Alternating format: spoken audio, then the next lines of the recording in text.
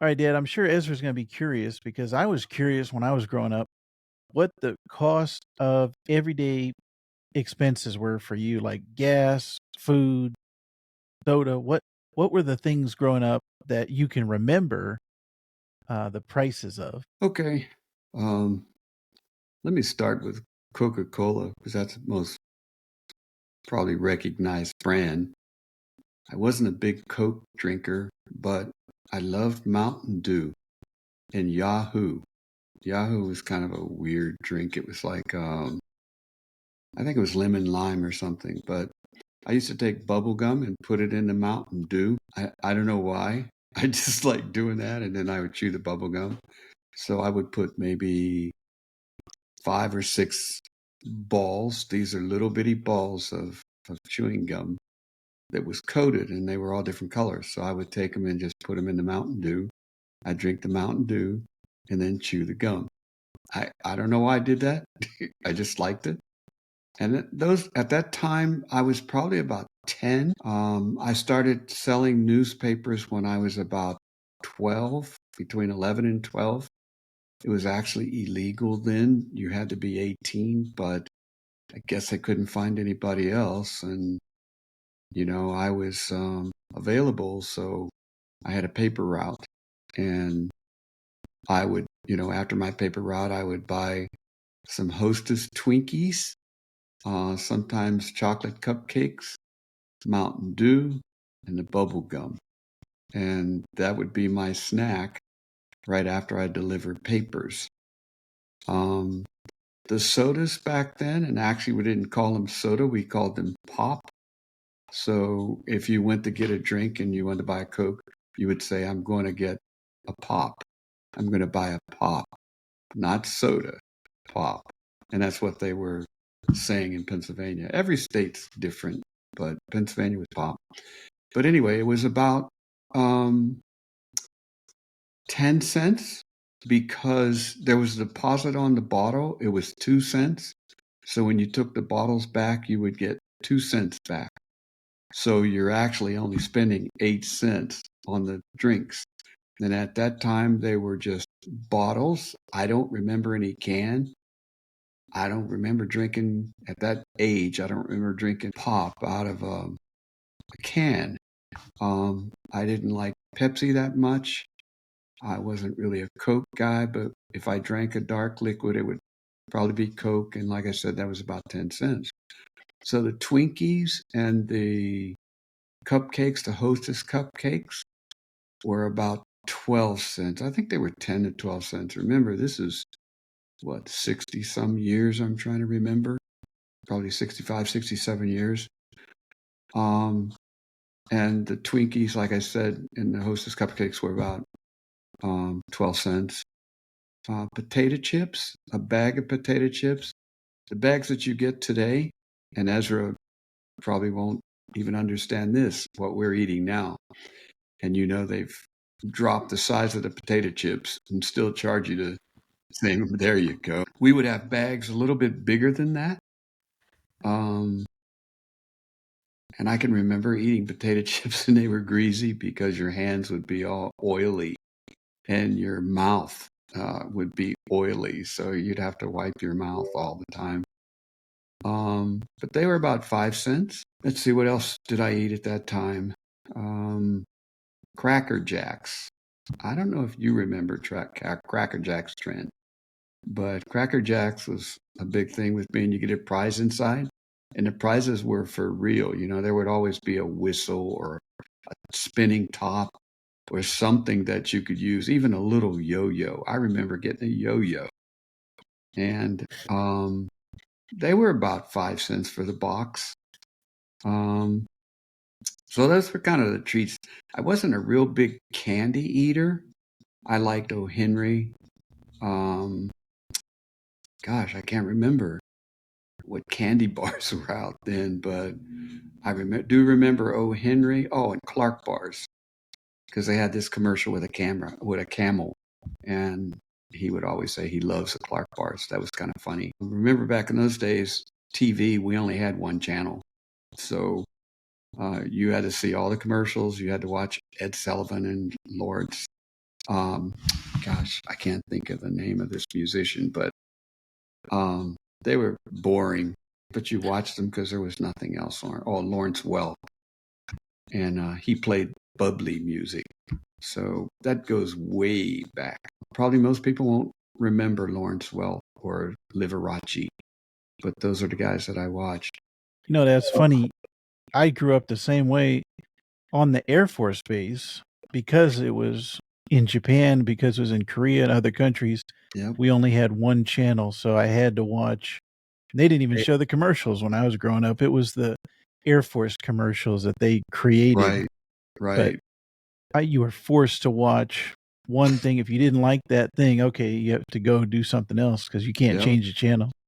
Yeah, that was AFN, Armed Forces Network, and then it used to be FEN. And Yeah, I think the when you Far were growing East up, it Network. was, yeah, Yeah, Far East Network. Yeah.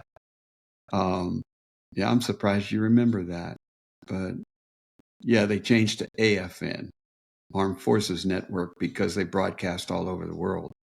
When we were there, you got the Japan channel or the Far East channel, and that was what you watched. So yeah, you did get a taste of that being in a foreign country and having one TV with um, Air Force commercials with military doing the commercials. That was funny. Um, Gas at that time was about 10 to 12 cents a gallon. And I can remember back when it was a nickel, because that was a lot of money back then, a nickel for a gallon of gas. But about my time, about 10, I think it was like 10 to 12 cents, they would have gas wars, and they would have gasoline stations on each corner, and they would charge, you know, basically the same amount, but they'd go to a gas war, and one would drop the price from 10 cents to 9 cents. The other gas station across the street would drop it to 8 cents. So we as kids, and I imagine adults, never really made a big deal about gas because number one, it was so cheap and it was always going down, it wasn't going up. That didn't start till my adulthood, and maybe when you were a teenager, it started going up. Of course, in Japan, it was very expensive. In Europe, it was very expensive. But in the United States, it was probably about $1 when you were growing up. So it went from a nickel to 10 cents to 20 cents. I can remember when it went to 25 cents. That was a big deal. 25 cents for a gallon of gas. What are we going to do?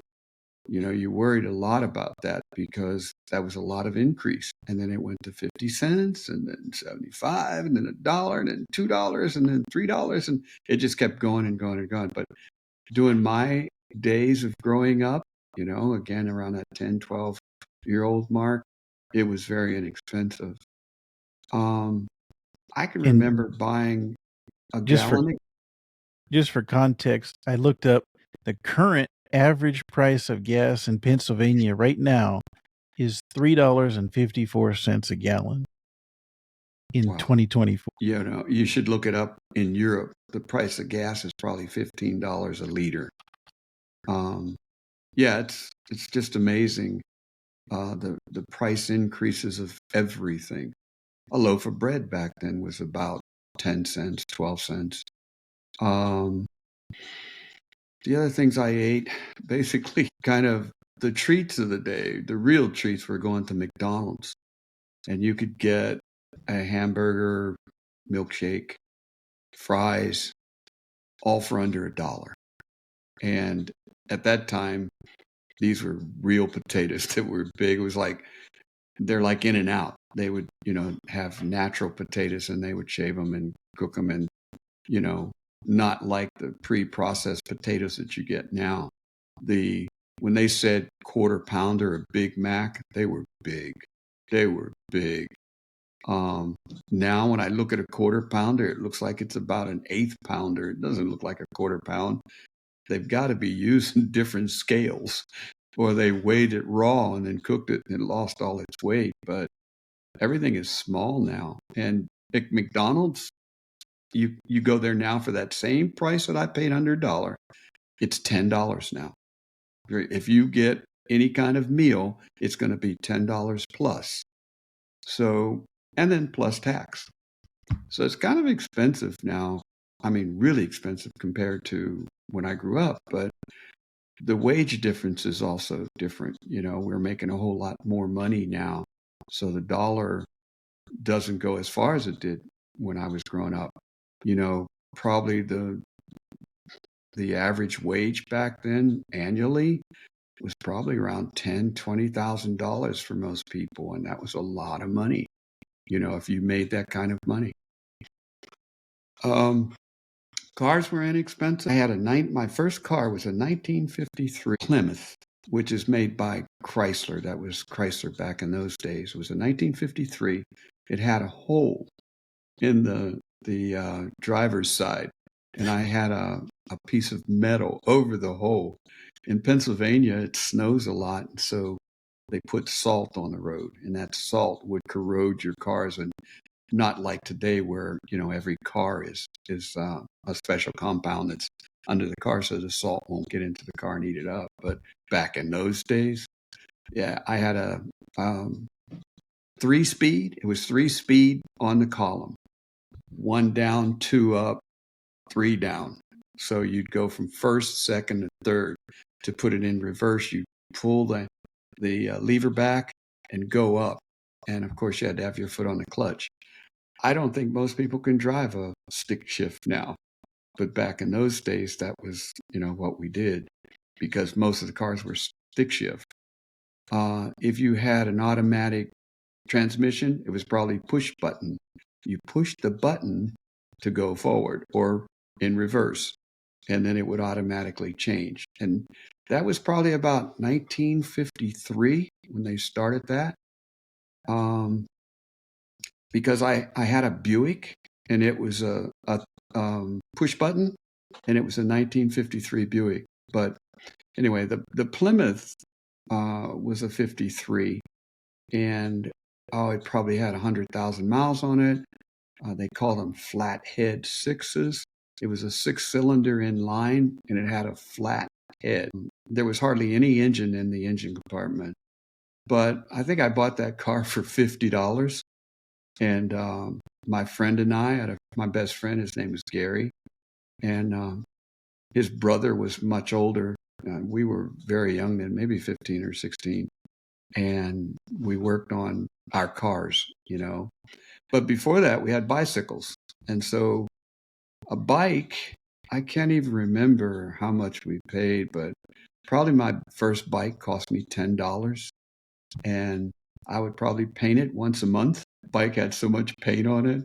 And to get the paint off, we would just throw it in a big fire and burn the paint off and then just repaint it again. Couldn't do that with the cars, but my friend Gary, he painted cars in his garage. His brother actually painted them. And so he and I started doing that. We painted a car in the garage. But that was my very first car. The next car I got was a 1955 Chevy, and then a 1958 Chevy when I went in the military. So, and I went in the military in 1965, and I had a 58 Chevy. But I bought that car in Las Vegas, Nevada. I probably paid about $300 for it. I drove it from Las Vegas, Nevada to Pennsylvania to North Carolina. And from North Carolina, I went to Korea. So I sold it. And I think I sold it for $300. But back in the days, that car was the bomb. It was blue. I tinted the windows blue. I had baby moon hubcaps. Do you know what baby moon hubcaps are? Look it up. Anyway, maybe you should get a picture for Ezra to show him what baby moon hubcaps were. By the time that he grows up and he's driving cars, Trent, they probably won't even have wheels. They'll be flying. So everything was pretty inexpensive. But again, you didn't make as much money. I think on the paper route. There you go. There's my baby moons. Have you ever seen those before? No. The baby moons are the ones with the center. They're silver, and they're just in the center. Yeah. So that was cool back in the day. Like I said, by the time Ezra is older, they'll probably be flying. Of course, there you go. And that's what I had, big white walls on my 58 Chevy, just like that. Um, they made a song about the gangster lean, and they were talking about white wheels on the car in the song. That's what they're talking about. Ezra will probably never know that unless he looks back in time to see some of the older cars and wheels and what we used to do.